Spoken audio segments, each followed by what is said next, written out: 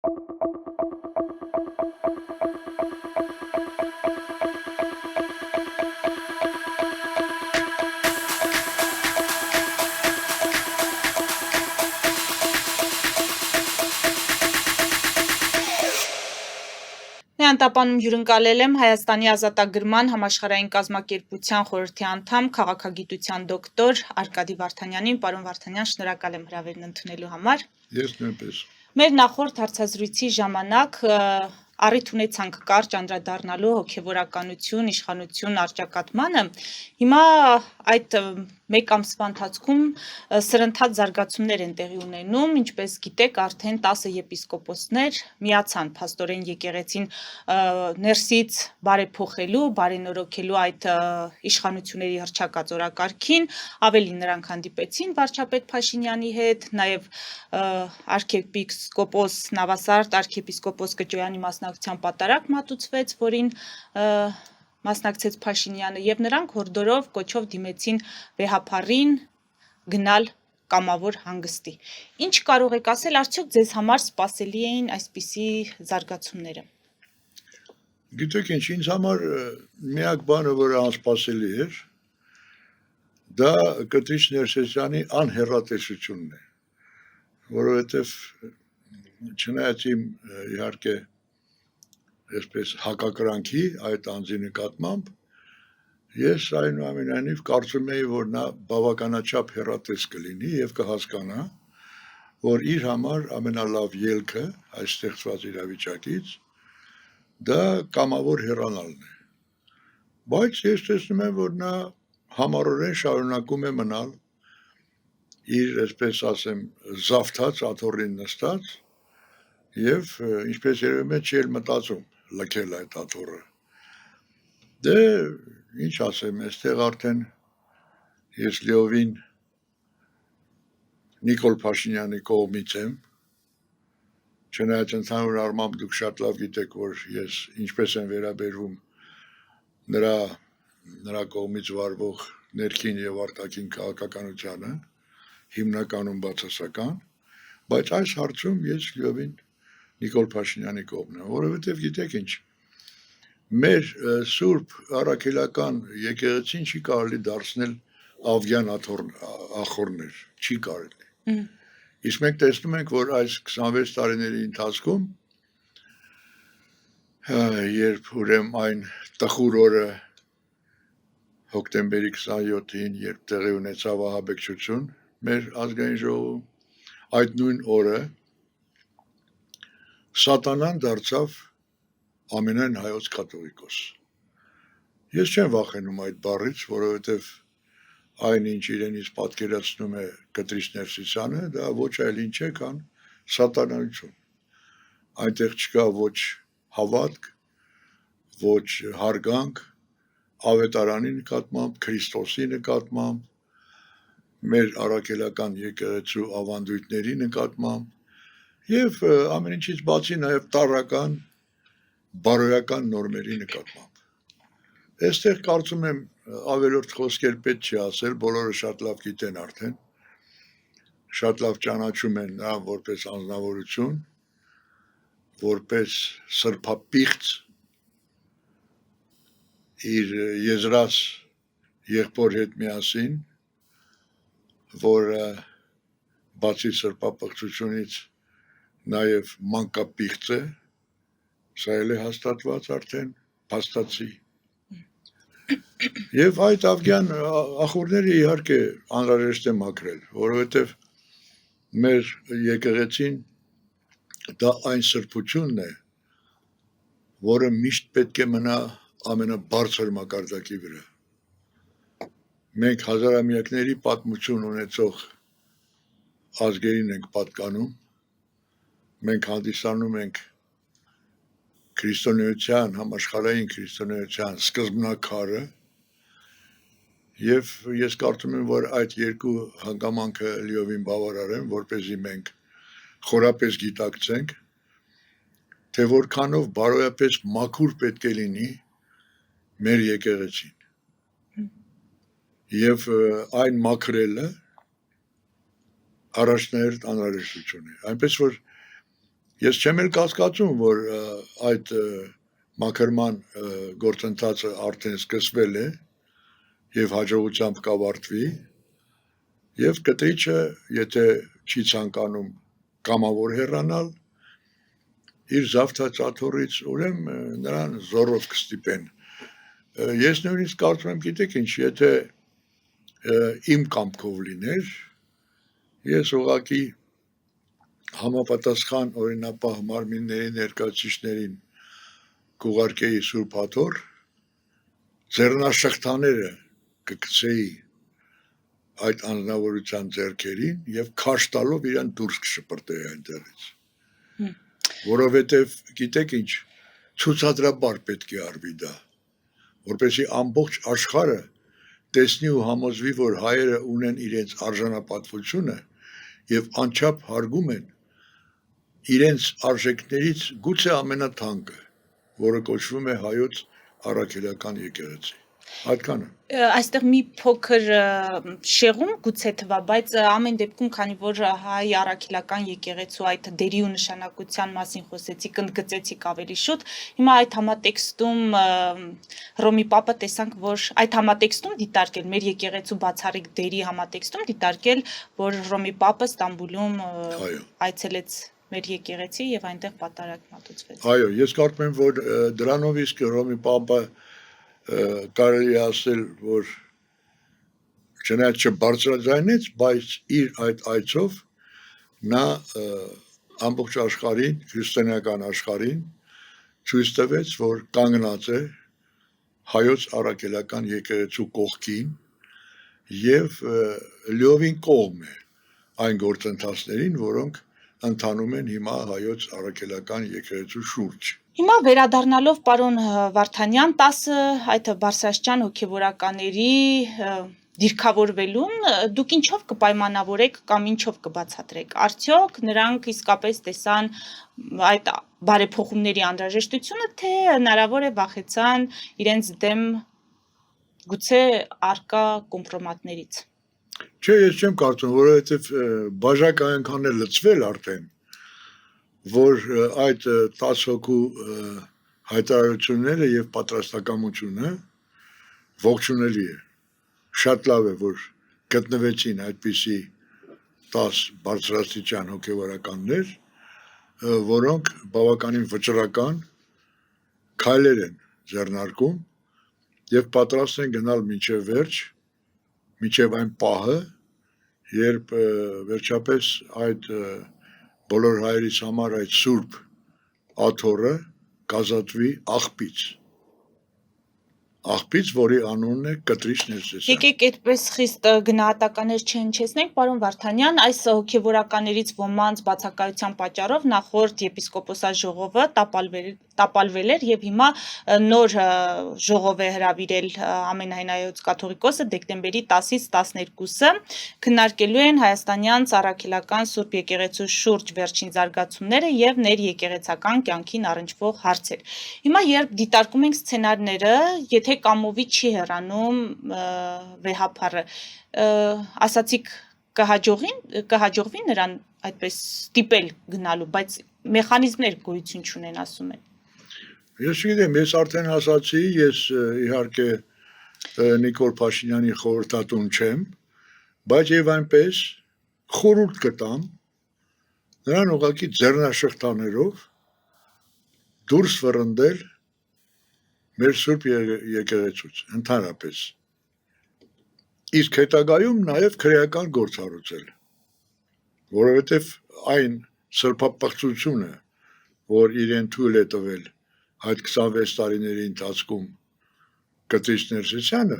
որին կոչում են Գարեգին B, արժանի է նրան, որ համապատասխան քրեական գործ հարուցվի։ Այստեղ քրեական արարքները շատ բազում են։ Ինչքան ասեք, մի քանի հատոր կարելի է լրացնել։ Այնպես որ այստեղ նրա օրինակ կաթողիկոս լինելը կամ չլինելը ոչ մի կապ չունի։ Դա չի լինի սահմանադրության ոտնահարում իշխանության կողմից։ Եթե նա նույնիսկ կաթողիկոս է, եթե ընդունենք, որ նա կաթողիկոս է, բայց նա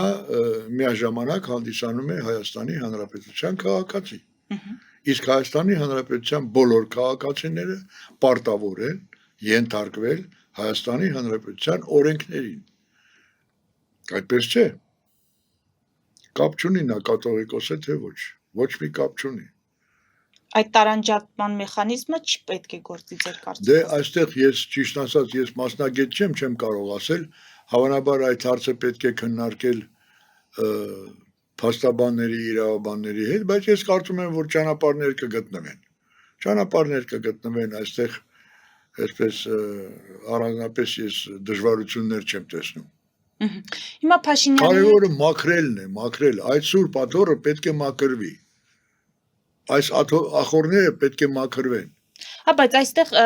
օրինակ այստեղ հակադարձում են եւ մատնանշում են վեհապարին դեմ դուրս եկած որոշ հոգեվորականների եւս ոչ պատշաճ վարքը։ Այսինքն ովքեր են մաքրությունը նախաձեռնողները։ Արդյոք իրենց կերպարով ավելի բարձր են, ավելի տարբերվող են։ Գիտեք ինչ, ես կարծում եմ, որ այստեղ ոչ այնքան կարևոր է թե ովքեր են նախաձեռնողները, որքան շատ ավելի կարևոր է ով է նստած հիմա ապօրինաբար ով է նստած այդ գահին, այդ սուրբ գահին, ով է նստած։ Ես նորից եմ ասում, սուրբ գահին չի կարող նստել սատանան։ Դա հնարավոր չէ։ Որպես փաստ դա հարկավոր է վերացնել, որպես փաստ, այդ փաստը չպետք է լինի։ Դրանից հետո արդեն համապատասխան մարմինները, եթե հարկ լինի, կզբաղվեն նաև նրանցով, ովքեր նախաձեռնել են դա, այդ մաքրազարդումը, այդպես կոչենք, հա։ Ես չգիտեմ դրանք ովքեր են, ոչ մեկին ծանոթ չեմ։ Բայց անձամբ Գարեգին Բ-ն, որը իրականում Գարեգին Բ չէ, այլ Կտրիշ Ներսեսյանը, անձամբ իրեն ես ճանաչում եմ։ Ես անցյալ անգամ էլ ձեզ ասացի, եւ շատ լավ գիտեմ այն ճանապարհը, որով նա հայտնվել է այդ գահին։ Շատ լավ գիտեմ։ Քայլ առ քայլ, կոպեկ առ կոպեկ։ Հիմա լավ, Փաշինյանի հետ հանդիպած կամ վեհապարին այսպես ասած դեմ դուրս եկած հոգեվորականների թվում է նաև Արցախի թեմի առաջնորդ։ Եվ այս մարդը այս հանդիպումից հետո հայտնվել է ընդդիմադիր շրջանակների թիրախում, ամենախիստ քննադատությունն են հնչեցնում նրա հասցեին, ասում են ուրացավ Արցախը, Արցախի թեմի առաջնորդը եւս ուրացավ Արցախը, քանի որ նա խոնարհվեց Արցախը հանձնողի առջև։ Վրդանես եպիսկոպոսին ես անձամբ չեմ ճանաչում։ Ես կարող եմ գնահատել կամ մեկնաբանել, կամ ինչպես ուզում եք դա անվանեք, միայն այն անձնավորություններին, որոնց ես անձամբ եմ ճանաչում։ Նախկին եպիսկոպոսին, Պարքև Սրբազանին ես անձամբ ճանաչում եմ շատ տարիներ։ Բայց հիմիկվա առաջնորդին ես չեմ ճանաչում։ Չէ, այստեղ ոչ այնքան առաջնորդի անձն է կարևոր, այլ այն, որ արցախցիների հոգևոր առաջնորդը դավաճանեց արցախցիների։ Այո, նա հանդիպմանը եղել է Փաշինյանի հետ եւ հիմա ասում են ուրացավ, քանի որ գնաց եւ խոնարհվեց Արցախը հանձնողի առջև։ Ախր գիտեք ինչ, հիմա նորից եմ ասում, ուրացավ, չուրացավ, դա մի կողմ դնենք։ Դա կարևոր չէ։ Կարևորը փաստն է։ Խայտառակ փաստն է, որ 26 տարվա ընթացքում հայոց եկեղեցին գլխավորում է մի ազնվորություն, որը ոչ հավատացյալ է ինքը հավատացյալ չէ, ոչ քրիստոնյա է, ոչ բարոյական ազնվորություն է, այլ սրբապիղծ մի ազնվորություն է, այդքան բան։ Հիմա սկզբից պետք է այդ փաստի շուրջ մենք ինչ-որ որոշման գանք, այդ փաստը վերացնենք որպես խայտառակ փաստ, հետո նոր անդրադառնանք մնացած այդ եպիսկոպոսներին, Վրդանեսին եւ այլոց։ Եթե հարկ լինի իհարկե։ Ինչ է նշանակում ուրացավ։ Իսկ Գարեգին Բ-ն ինքը չուրացավ։ Ֆելիչե ժամանակակից ատամնաբուժական կլինիկա։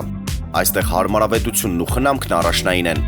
Այստեղ կիրառվում են ատամնաբուժական ամենաժամանակակից տեխնոլոգիաներ, ճշգրիտ ախտորոշում, արդյունավետ բուժում, նուրբ փորձառություն եւ անհատական մոտեցում։ Սկսած սովորական մանրուքներից մինչև առաջադեմ ընթացակարգեր, այստեղ դուք գտնվում եք բարձր որակավորում ունեցող եւ փորձառու ատամնաբուժական մասնագետների ձեռքերում։ Մեր բարեկամական եւ հյուրընկալ անձնակազմն այստեղ է յուրաքանչյուր այցը հաճելի դարձնելու համար։ Ֆելիչե, ձեր առողջ եւ ամենաերջանիկ շպիտը սկսվում է այստեղից։ Եկեք եւ բացահայտեք նորարարության փորձագիտության եւ կարեկցանքի կատարյալ համադրությունը։ Վաճառվում է գերմանական հնաոճ դաշնամուր 1892 թվականի արտադրության ֆոն Մուրբախ, գտնվում է գերազանց վիճակում, կինը 15000 ԱՄՆ դոլար։ Հեռախոսահամար 094 115 310։ Երևան շիփինգ, սենսացիա ստեղ, հա։ Այո, ճիշտ եք եկել։ Սանդրոցներ Երևան ուղարկելը $2.99 օթանավով։ Այո, Իսկ եթե դոլար ուղարկես, դոլար ստանան։ այո, Իսկ որ տանեն տուն հասցնեն, էլի մի տոկոս, հա։ 2%։ Հրասա ծրի է, էլի։ Ժողովուրդ սենսացիա, ծրի է։ Նորթ Հոլիվուդ, Գլենդել։ Ջակփաթ հագուստի խանութը երկրորդ մասնաճյուղն է բացել Գլենդելի սրտում, որտեղ կարող եք ձեռք բերել եվրոպական եւ ամերիկյան ընտիր հագուստեղեն, կոշկեղեն, աքսեսուարներ, պայուսակներ ամենահարմար արժեքներով։ Նաեւ կարող եք ցանկացած ապրանք պատվիրել եւ ձեռք բերել կարճ ժամանակում։ Ջակփաթի Գլենդելի հասցեն է 1135 North Pacific Avenue, հեռախոս 818 813 2252։ Ջակփաթ հագուստի լավագույն կենտրոնը Գլենդելում։ 60-ից ավելի ճանաչված եվրոպական բրենդների ինքնատիպ, չկրկնվող եւ մատչելի ընտրանին Fortuna Home and Country House խանութ սրահում։ Նորավոճ սպասք եւ կահույք հորեկա բնագավառի համար, տեքստիլ տնտեսական ապրանքներ, ամեն ինչ գեղեցիկ կյանքի համար։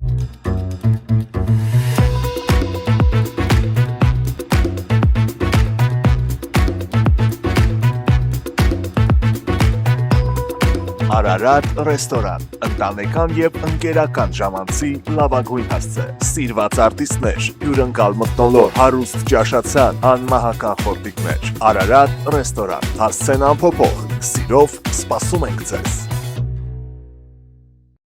Լավագույն պաղպաղակ, բնական, համեղ եւ մատչելի գներով պաղպաղակը կարող եք ձեռք բերել բոլոր հայկական խանութներում։ Պահանջեք հայկական պաղպաղակ, Թամարա պաղպաղակ։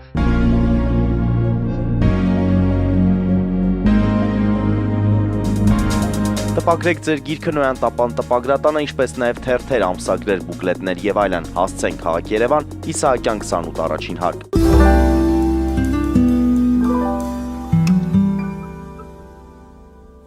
Չի, ասում են Գարեգին Բեն այս հալածանքներին ենթարկվում է, որովհետև ամեն օտարերկրյա այցի ժամանակ բարձրացնում էր արցախցիների խնդիրը, արցախցիների վերադարձի խնդիրը, գերիների խնդիրը եւ սա դուրս չեկավ իշխանություններին եւ նրանք Ադրբեջանի պահանջով սկսեցին այսպիսի արշավ կաթողիկոսի դեմ։ Գիտեք ինչ, նմանատիպ մեր ազգի համար շատ կարևոր հարցեր բարձրաձայնել են, բարձրացրել են նաև այնպիսի հանցագործներ, իշխանազավթներ, ինչպիսիք են Ռոբերտ Քոչարյանը եւ Սերժիկ Սարգսյանը։ Հետո ինչ։ Դա նշանակում է, որ մենք պետք է մոռանանք դրանց կողմից գործած հանցագործությունները, մարդասպանությունները, բռնաբանությունները, ունենզրկումները, կաշառակերությունը, շանտաժը եւ այլն, այդ ամենը պիտի մոռանանք։ Շատ բան են բարձրաձայնել, հետո ինչ։ Պուտինն էլ է ամեն օր ասում, որ ինքը խաղաղության կողմնակից է, որ ինքը երբեք պատերազմ չի ցանկացել եւ այլն։ Բայց դրանից ինչ է կար։ Ինչ է դա ենթադրում։ Ուրեմն պիտի մոռանանք, որ նա ֆաշիստ է, որ նա ագրեսոր է, որ նա ահաբեկիչ է։ Պիտի մոռանանք։ Ամեն օր տեսնում ենք, չէ՞։ Իր գլխավորած զորքը ինչ հանցագործություններ է իրեն թույլ տալիս Ուկրաինայի տարածքում։ Դե եթե չի պատժվում, պարոն Վարդանյան, կարող է եւ թույլ տալ։ Ինչի մասին է խոսքը։ Ինչպես։ Չի պատժվում, կարող է եւ թույլ տալ, ինչի մասին է խոսքը։ Դե դրա համար եմ ասում, ամեն մի հանցագործություն պետք է ժամանակին պատժվի։ Եվ գիտեք ինչ, արդեն այսպես կոչված Թավշյա հեղափոխությունից հետո ինչքան ժամանակ է անցել։ 7.5 տարուց ավելին, չէ։ Այդ ժամանակահատվածը լիովին բավարար էր, որպեսզի նախ առաջին հերթին քաղաքական գնահատական տրվեր նախկիններին, այսպես կոչված, որոնք այսօր հանգիստ նստած են ազգային ժողովի աթոռներում, շատ հանգիստ։ Եվ պատրաստում են Իսկ ոմանք էլ ես նկատի ունեմ առաջին ներքին այդ Ռոբերտ Քոչարյան կոչվածին, նույնիսկ ելույթներ են ունենում, երկարաժամ ինչ որ հարցազրույցներ են տալիս, իրենց այդ ծուրբերան ժպիտներով, բանով, ժեստիկուլյացիայով եւ այլն։ Սա ինչ է։ Ինչպես կարելի է հանդուրժել, ես չեմ հասկանում ուղղակի։ Նրանց տեղը բանտախցում է, բանտախցում։ Հայ ժողովրդի 99 եւ 9/10 մասը հայ ժողովրդի շատ լավ գիտի, թե ինչ են իրենցից ներկայացնում այդ Ռոբերտ Քոչարյանն ու Սերժիկ Սարգսյանը։ Շատ լավ գիտեն։ Եվ մարդիկ իհարկե հուսահատվում են, երբ տեսնում են, որ այդ մարդիկ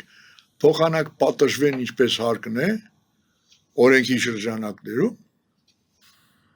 նստած են բավականին այսպես բարձր աթոռներին եւ դա էլ դեռ հերիք չի, ձգտում են նորից վերադառնալ իշխանության։ Այո, նրանք պատրաստում են ընտրություններին Դե մասնակցել։ գիտեք ինչ, քանի դեռ տիրում է այդպիսի իրավիճակ, մենք չենք կարող հուսալ, որ մեր երկիրը կարող է ինչ-որ առաջընթաց ունենալ, կարող է զարգանալ, որ մեր հասարակության եւ շարքային քաղաքացիների կյանքը կարող է բարելավել, մենք նման հույսեր չենք կարող պայփայել։ Դա հնարավոր չէ։ Քանի որ մենք տեսնում ենք, որ օրենքը չի գործում, իսկ օրենքը պետք է գործի բոլորի հանդեպ նույն աստիճան։ Պարոն Վարդանյան, հիմա մի փոքր շեղվենք այդ հոգևորականություն, իշխանություն թեմայից, արճակատման թեմայից։ Եվրամիությունը Հայաստանին պատրաստվում է 12 միլիոն եվրոյի աջակցություն տրամադրել հիբրիդային պատերազմի դեմ արդյունավետ պայքար մղելու համար, այդ թվում ռուսական ապատեղեկատվության դեմ պայքարելու համար ընտրությունների նախաշեմին։ Ինքնին այսպիսի օգնությունը ինչպես է գնահատում։ Շատ ցավոտ թեմա է եւ այստեղ ես նույնպես բառեր չեմ խնայի։ Դուք ասացիք 12 միլիոն եվրո։ Ուրեմն 12 միլիոն եվրո հանցագործ իշխանազավթ Ռոբերտ Քոչարյանը կարող է իր ջինսի հետևի գրպանից հանել։ Դա իր համար ոնց որ ասում են մի բաժակ սեմուշկայի փող է։ Մենք ինչու պետք է մեր երկիրը հասցնեինք այն աստիճանի, որ ուրեմն ստիպված լինեինք ինչ որ ոչ թե ողորմություն խնդրել, այլ ուրախանալ, որ այդ տեսեք Եվրամիությունը Հայաստանին հատկացնում է 12 միլիոն եվրո։ Մենք 112 հատ 12 միլիոն եվրո պետք է ունենայինք, եթե մեր երկրում ի սկզբանե գործեր օրենքը, որի այսպես լպիրշ խախտմամբ, գարշելի խախտմամբ 1998 թվականին իշխանության եկավ Ռոբերտ Քոչարյան կոչվածը, կեղծ տեղեկանքներ օգտագործելով, կեղծելով ուրեմն ընտրությունների արդյունքները։ Նա պարտվել էր 20-80-ի դեմ նա պարտվել էր ուրեմն Դեմիրճյանին, Կարեն Դեմիրճյանին։ Դա բոլորը գիտեն։ Բայց իր համար նկարել էին շատ գեղեցիկ, այսպես կլոր թվեր, 60-40 հոգուտ Ռոբերտ Քոչարյանի։ Դու այդ Ռոբերտ Քոչարյանին ով էր ճանաչում 98 թվականին մեզ մոտ Հայաստանում։ Բա ով նկարեց, պարոն Վարդանյան։ Ով որ նկարեց, նա էլ պիտի նստի։ Ինչու նկարեց։ Որքան կաշառքի ուրեմն արդյունքում նկարեց, կամ ով էր ստիպել, ով էր շանտաժի ենթարկել, ով էր վախեցրել, ով էր սպառնացել։ Այդ ամենը պետք է ջրի երես հանվի, չէ։ Վերջին հաշվով այդ երկու անձերը, այդ երկու եղբայրները, այսպես ասենք, Ռոբերտ Քոչարյանն ու Սերժիկ Սարգսյանը 20 տարի բռնաբարել են մեր երկիրը։ 20 տարի բռնաբարել են մեր երկիրը, մեր շարքային քաղաքացիներին, մեր հասարակությանը, մեր քաղաքականությունը վերջին հաշվով։ Եվ հիմա տեսեք մենք ինչ արդյունքների ենք եկել։ 7.5 տարին գումարած նախորդ ուրեմն 27 տարին, ես հաշվում եմ նաև Լևոն Տեր-Պետրոսյանի իշխանության ժամանակահատվածը լիովին բավարար էր այդ 34-ից ավելի տարիները, որպեսզի մեր քաղաքական ղեկավարությունը հասկանա եւ գիտակցի ում հետ պետք է կապել մեր երկրի անվտանգության անվտանգության հետ կապված հարցերը, ապագան ամեն դեպքում։ ապագան, տնտեսական զարգացումները եւ այլն եւ այլն եւ այլն 34 տարի դա 1/3-ից ավելին է, քան 1 դարը 1/3 դարի 1/3-ը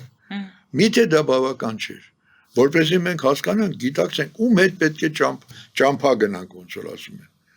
բայց մենք համառորեն շարունակում ենք Ռուսաստան եթե Ռուսաստանը չլինի թուրքը կգա մեզ կմորթի այդ թուրքը առանցել էր առանց մորթելու հում կարա մեզ ուտի եթե թույլ տվող լինի իհարկե հասկանում եք ինչու՞մն է բանը այստեղ այս հիմնական հարցերին պետք է շեշտակի մոտենալ պետք է գիտակցել ինչ է կատարվում իրականում ինչ է տեղի ունեցել խորհրդային միության փլուզումից անմիջապես հետո 34 տարի դուք պատկերացնում եք այդ 34 տարվա ընթացքում մենք կարող ենք շրջանցել նույնիսկ Շվեյցարիան կարող ենք որտեղ մենք այդ ինտելեկտուալ ունակությունները ունենք աշխատասիրությունը ունենք արժանապատվությունը ունեինք ամենայն դեպս բավարար չափով ունեինք մինչև չսկսվեց այն ինչին մենք ականատեսն ենք այդ 34 տարուց ավելի ժամանակահատվածում մարդիկ գնացին լավագույն մեր հայրենակիցները մեր երկրի զավակները լքեցին Հայաստանը գնացին եւ հիմա աշխատում են այլ երկրներում զարգացնում են այլ երկրներ այդ թվում այնպիսի երկրներ առաջադեմ երկրներ ինչպիսիք են օրինակ Ֆրանսիան, Միացյալ Նահանգները, Հոլանդիան, Բելգիան եւ այլն եւ այսպես շարունակ Եկեք տեղափոխվենք ռուս-ուկրաինական ճակատ հասկանանք ինչ տեղեկություններ ունեք այդ ուղղությամբ արդյոք Ռուսաստանը կթուլանա այն աստիճան որ մեր ներսում գտնվող այդ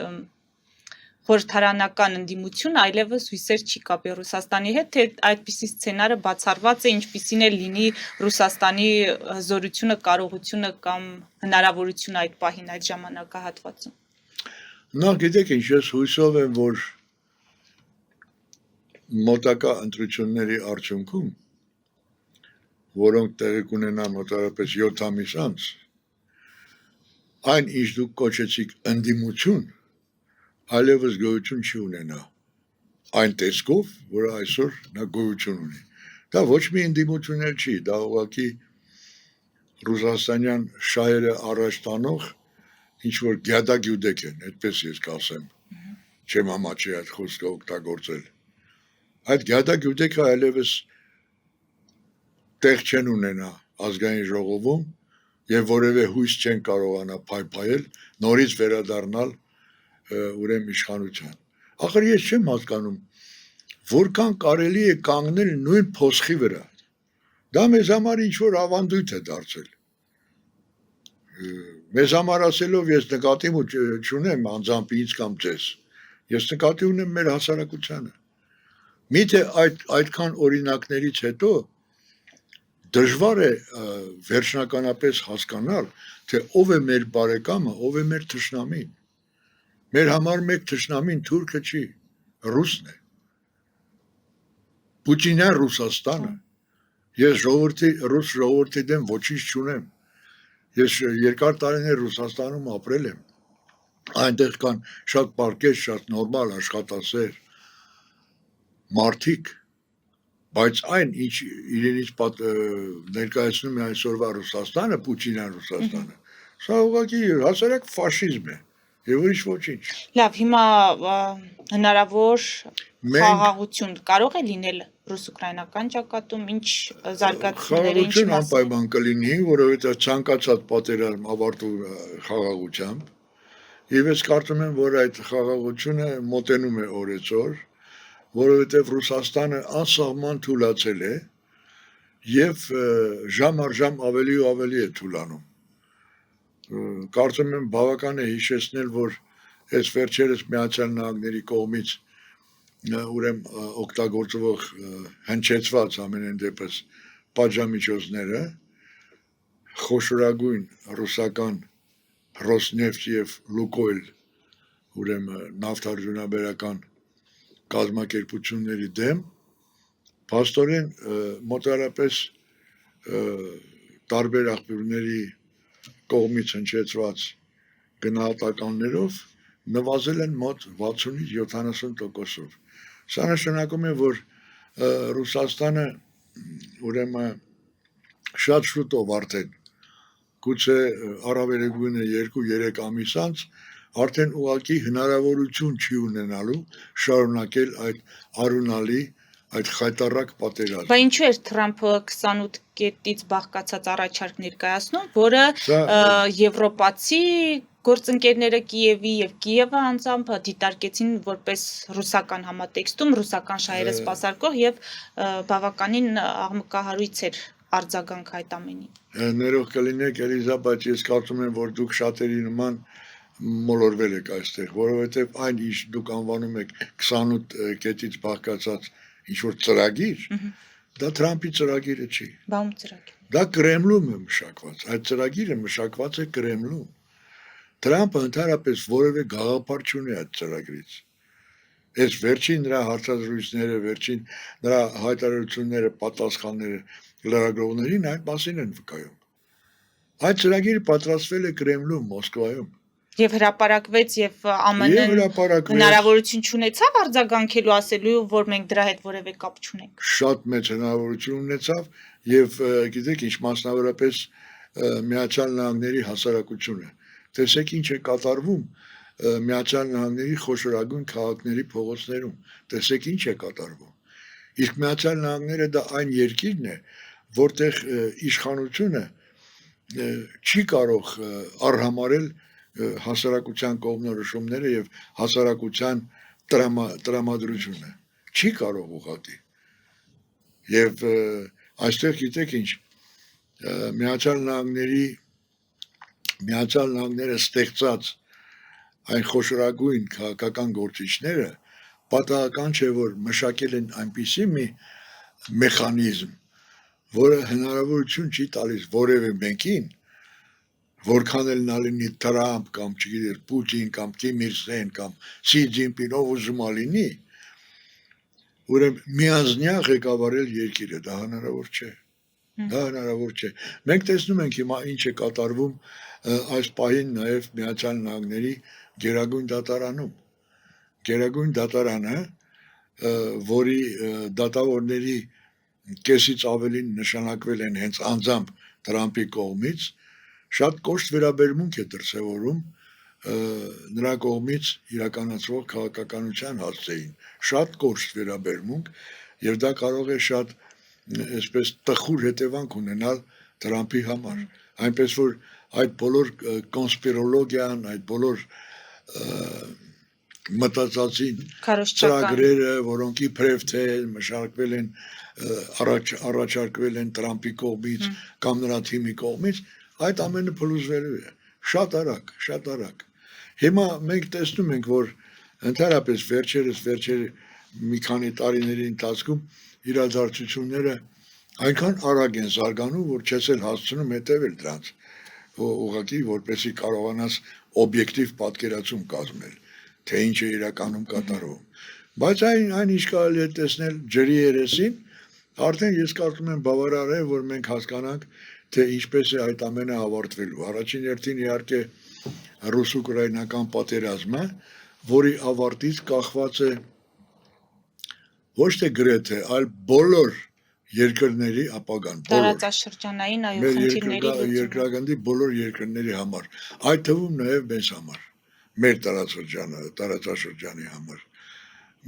ես միշտ լավատես եմ եղել եւ կարծում եմ որ ամեն ինչ կավարտվի այնպես ինչպես ենթադրում է